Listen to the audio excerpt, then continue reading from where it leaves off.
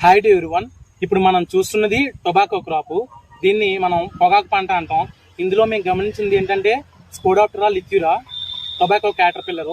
ఒకసారి ఇన్ఫెక్షన్ అయితే ఎలా ఉందో గమనిద్దాం. లీఫ్ అంతా స్టార్టింగ్ లో ఎర్లీ స్టేజ్ లో హ్యాచ్ అయినటువంటి లార్వా ఇందులో ఉండేటటువంటి క్లోరోఫిల్ యొక్క కంటెంట్ అయితే పూర్తిగా స్క్రాప్ చేస్తుంది అనమాట. లార్వా యొక్క స్టేజ్ పెరిగే కొద్ది ఈ యొక్క లార్వా అనేది లీఫ్ కి హోల్స్ పెడుతుంది అనమాట. మనం సిమ్టమ్స్ గమనించినట్లయితే మనం హోల్స్ ని గమనించవచ్చు.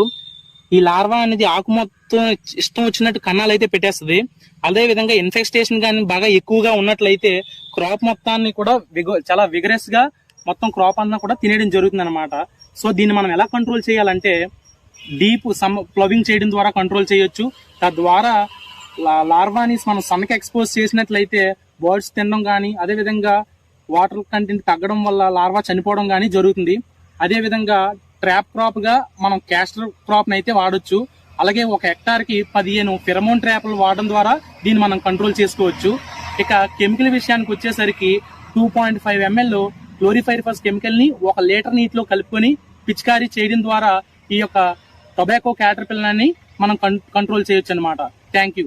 వీడియో కానీ నచ్చినట్లయితే లైక్ చేయండి, షేర్ చేయండి, కామెంట్ చేయండి, ఛానల్ ని ఫాలో చేయండి.